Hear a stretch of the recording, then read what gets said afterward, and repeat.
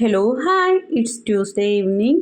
So ಎಲ್ಲರೂ ಹೇಗಿದ್ದೀರಾ? I hope ಎಲ್ಲರೂ ಚೆನ್ನಾಗಿದ್ದೀರಾ ಅಂತ ಭಾವಿಸ್ತಿದ್ದೀನಿ. ಇದು ನಮ್ಮೂರಲ್ಲಿ ಫಸ್ಟ್ ಮಳೆ. ತುಂಬಾ ಖುಷಿ ಆಗ್ತಿದೆ. ಯಪ್ಪ, ಈ ಸಲ ಅಂತೂ ಸೆಕೆಗೆ ಒದ್ದಾಡ್ಬಿಟ್ಟಿದ್ದೀವಿ.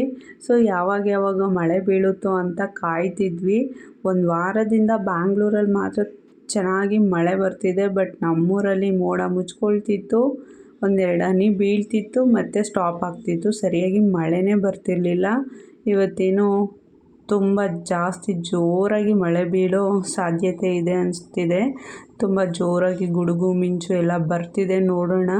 ಇಲ್ಲಿ ನೋಡಿ ಲಕ್ಕಿ ತಲೆ ಮೇಲೆ ಒಂದೆರಡೆರಡು ಹನಿ ಮಳೆ ಬೀಳ್ತಿದ್ರೆ ಎಂಜಾಯ್ ಮಾಡ್ಕೊಳ್ತಾ ಆಟಾಡ್ತಿದ್ದಾನೆ. ಹಾಗೆ ಗುಡುಗು ಮಿಂಚು ಜೋರಾಗಿ ಬರ್ತಿದ್ರೆ ಅದನ್ನು ಕೂಡ ನನಗೆ ಹೇಳ್ತಿದ್ದಾನೆ.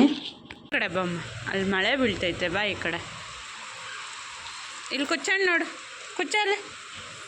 ಗುಡ್ ಬಾಯ್. ಬೀಳ್ತೀಯಾ?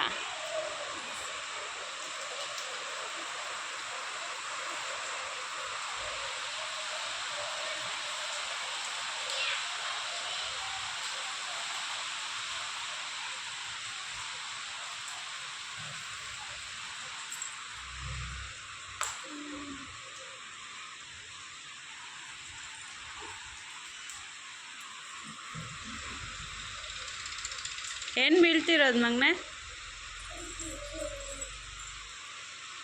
ಬೇಡ, ಈ ಕಡೆ ಬರಬೇಕು.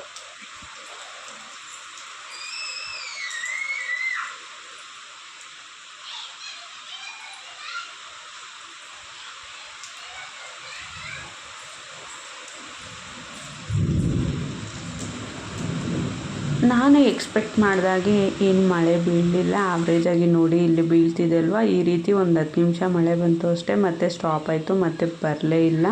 ಸೊ ಹಾಗೆ ವೆಡ್ನೆಸ್ಡೇ ಮಾರ್ನಿಂಗ್ ಕಂಟಿನ್ಯೂ ಮಾಡ್ತಿದ್ದೀನಿ.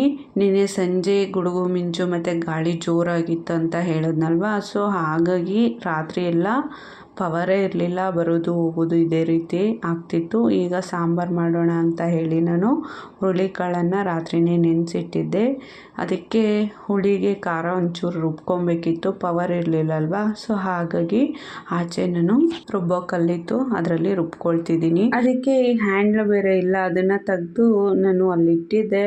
ಲಕ್ಕಿ ಎಲ್ಲೋ ಹಾಕ್ಬಿಟ್ಟಿದ್ದಾನೆ, ಎಷ್ಟು ಹುಡುಕಿದ್ರೂ ಸಿಗಲೇ ಇಲ್ಲ. ತುಂಬ ದಿನ ಆಯಿತು, ಎಲ್ಲೋಗಿರುತ್ತೋ ಗೊತ್ತಿಲ್ಲ.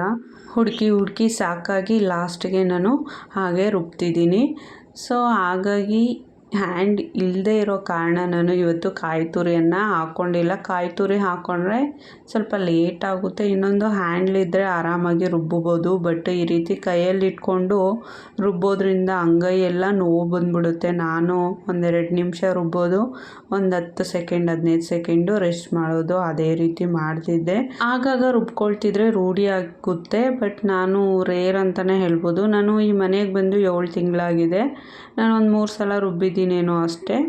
ಸೊ ಹಾಗಾಗಿ ನನಗೆ ಕೈ ತುಂಬ ನೋವು ಬಂದುಬಿಡುತ್ತೆ. ಹ್ಯಾಂಡ್ಲಿದ್ರೆ ಆರಾಮಾಗಿ ರುಬ್ಬಬಹುದು, ಎಷ್ಟು ಬೇಕಾದರೂ ರುಬ್ಬಬಹುದು. ಬಟ್ ಈ ರೀತಿ ಕೈಯಿಂದನೇ ರುಬ್ಬೋದ್ರಿಂದ ಅಂಗೈ ಎಲ್ಲ ನೋವು ಬರುತ್ತೆ. ಹಾಗೆ ಬೆಳಗ್ಗೆ ನಾನು ಸೊಪ್ಪನ್ನ ತೊಗೊಂಡಿದ್ದೆ, ಅದನ್ನು ಬಿಡಿಸಿ ಎತ್ತಿಡೋಣ ಅಂತ ಹೇಳಿ ಸೊಪ್ಪನ್ನೆಲ್ಲ ಬಿಡಿಸ್ಕೊಳ್ತಿದ್ದೀನಿ. ಇವತ್ತು ಪಾಲಕ್ ಸೊಪ್ಪು ಮತ್ತು ಮೆಂತ್ಯ ಬಾತ್ ಮಾಡೋಣ ಅಂತ ಹೇಳಿ ಮೆಂತ್ಯ ಕೊತ್ತಂಬರಿ ಸೊಪ್ಪು 3 ತೆಗೆದಿಟ್ಕೊಂಡಿದ್ದೀನಿ. ಇದನ್ನು ಬೆಳಗ್ಗೆ ತೊಗೊಂಡಿದ್ದು ನಾನು ಬಟ್ಟೆಲಿ ಹಾಗೆ ಸುತ್ತಿ ಎತ್ತಿಟ್ಟಿದ್ದೆ, ಬಿಡಿಸ್ಕೊಳ್ಳೋಣ ಮಧ್ಯಾಹ್ನಕ್ಕೆ ಅಂತ ಹೇಳಿ. ನಿನ್ನೆ ಸಂಜೆ 1-2 ಹನಿ ಮಳೆ ಬಿತ್ತಲ್ವ, ಇವತ್ತು ಬೆಳಗಿಂದ ತುಂಬ ಹಬೆ ಅನ್ನಿಸ್ತಿದೆ, ತುಂಬ ಸೆಕೆ ಅನ್ನಿಸ್ತಿದೆ.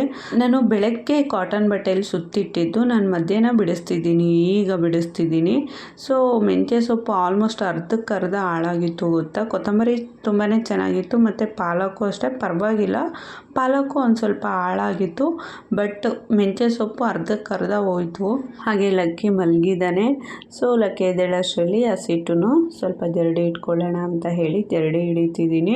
ಆಲ್ಮೋಸ್ಟು ನಾನು ಹಸಿಟ್ಟನ್ನ ಹೊರಗಡೆನೇ ಜರಡಿ ಹಿಡಿಯೋದು, ಇಲ್ಲಾಂದರೆ ಮನೆ ಒಳಗಡೆ ಅಂದರೆ ಪಾತ್ರೆ ಮೇಲೆ ನೋಡಿ ಆಗಲೇ ಈ ಫ್ಲೋರ್ ಮೇಲೆ ಮತ್ತು ಆ ಟೀಪಾಯ್ ಮೇಲೆ ಎಲ್ಲ ಕೂತ್ಬಿಟ್ಟಿತ್ತು. ಬಟ್ ಇವತ್ತು ತುಂಬಾ ಗಾಳಿ ಇದೆ, ಹಾಗಾಗಿ ನಾನು ಮನೆ ಒಳಗಡೆನೇ ಜರಡಿ ಇಟ್ಕೊಂಡೆ. ಹಾಗೆ ಲಕ್ಕಿಗೆ ಹೊಸ ಸೈಕಲ್ ತಂದ್ವಿ. ನಾನು ಈ ಸೈಕಲ್ ತಂದಿದ ತಕ್ಷಣ ಏನು ಮಾಡಿದೆ ಅಂದರೆ, ಆ್ಯಕ್ಚುಲಿ ಅವರಪ್ಪ ತಂದರು ಕೆಲಸದಿಂದ ಬರುವಾಗ. ನಾನು ಬಂದಿದ್ದ ತಕ್ಷಣ ಸೀಟಿನ ಕವರೆಲ್ಲ ತೆಗೆದ್ಬಿಟ್ಟೆ. ಸೊ ತೆಗ್ದಿದ್ದಾದಮೇಲೆ ಲಕ್ಕಿನ ಕೂರಿಸಿ ನೋಡಿದ್ರೆ ಅವ್ನ ಕಾಲೇ ಇಟ್ಕಿಸ್ತಿಲ್ಲ ಗೊತ್ತಾ. ಸೊ ನಾವು ಯಾರಾದರೂ ಇಟ್ಕೊಂಡು ತಳ್ಳಬೇಕು. ಆದರೂ ನಮ್ಮ ಯಜಮಾನ್ರಿಗೆ ಹೇಳಿದೆ, ವಾಪಸ್ ತೊಗೊಂಡೋಗಿ ಕೊಟ್ಬಿಡಿ, ಆಗೋದಿಲ್ಲ, ಒಂದು ಸ್ವಲ್ಪ ಚಿಕ್ಕದು ತೊಗೊಂಬನ್ನಿ ಅಂತ ಹೇಳಿದ್ರೆ. ಬಟ್ ಅವರು ಒಪ್ಪಲೇ ಇಲ್ಲ. ಸೀಟಿನ ಕವರೆಲ್ಲ ತೆಗ್ದಿದೆಯಾ, ಮತ್ತೆ ವಾಪಸ್ ತೊಗೊಂಡೋಗಲ್ಲ ನಾನು. ಬೇಡ ಬಿಡು, ಹೇಗೂ ಬೆಳೆಯೋ ಮಗು, ಇನ್ನೊಂದೆರಡು ತಿಂಗಳಷ್ಟೇ, ಆಮೇಲೆ ಅವನಷ್ಟಕ್ಕೆ ಅವನೇ ತುಳಿತಾನೆ, ಆಗ ಕಾಲ ಇಟ್ಕಿಸುತ್ತೆ ಅಂತ ಹೇಳಿ ಅವರು ವಾಪಸ್ ತೊಗೊಂಡೇ ಹೋಗಲಿಲ್ಲ. ಯಪ್ಪ, ಸೈಕಲ್ ತಂದಾಗ್ಲಿಂದ ನಮ್ಮ ಲಕ್ಕಿಗಂತೂ ಸೈಕಲ್ ಮೇಲೇ ಇರಬೇಕು ಗೊತ್ತಾ. ನಮಗೂ ಹಾಗೆ ಅಲ್ವಾ, ಚಿಕ್ಕ ವಯಸ್ಸಲ್ಲಿ ಹೊಸ ಬಟ್ಟೆ ತಂದರೂ ಅಷ್ಟೇ, ಹೊಸ ಸೈಕಲ್ ತಂದರೂ ಅಷ್ಟೇ, ಇಲ್ಲಾಂದರೆ ಯಾವುದಾದ್ರೂ ಹೊಸದು ಆಟಾಡೋ ವಸ್ತು ತಂದರೂ ಅಷ್ಟೇ, ನಾವು ಅದನ್ನು ಒಂದೆರಡು ವಾರ ಆದರೂ ಎಲ್ಲೂ ಬಿಡ್ತಾನೆ ಇರಲಿಲ್ಲ. ಸೊ ಲಕ್ಕಿನೂ ಕೂಡ ಹಾಗೆ, ಸೈಕಲ್ ಅಂತೂ ಬಿಡ್ತಾನೆ ಇಲ್ಲ. ಏನು ಮಾಡ್ತಾನೆ ಅಂದರೆ, ಬೆಳಗ್ಗೆಯಿಂದ ಸಂಜೆ ತನಕ ನಾನು 3 ಅವರ್ಸ್ಗೋ 4 ಅವರ್ಸ್ಗೋ ನಾನೇ ಕೂರಿಸಿ ಒಂದೆರಡೆರಡು ರೌಂಡು ತಳ್ತೀನಿ.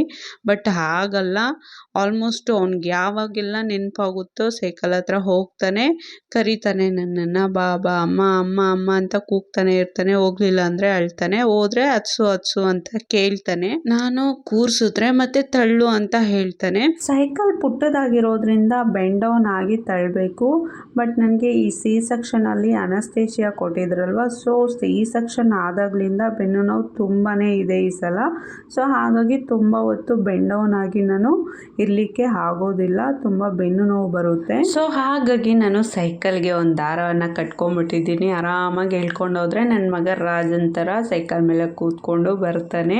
ಸೊ ನೋಡಿ, ಈಗ ಕೂರಿಸ್ಲಿಲ್ಲ ಅಂತ ಹೇಳಿ ಚಕ್ರನ ತಿರುಗಿಸ್ಕೊಂಡು ಆಟಾಡ್ತಾನೆ. ಅದು ಒಂದು ಮಾಡ್ತಾನೆ ಗೊತ್ತಾ ನಮ್ಮ ಲಕ್ಕಿ. ಕೂರಿಸ್ಲಿಲ್ಲ ಅಂದರೆ ಅವನೇ ಸೈಕಲ್ನ ಬೀಳಿಸಿ ಚಕ್ರನ ತಿರುಗಿಸಿ ಅದರಲ್ಲೂ ಆಟ ಆಡ್ತಾನೆ.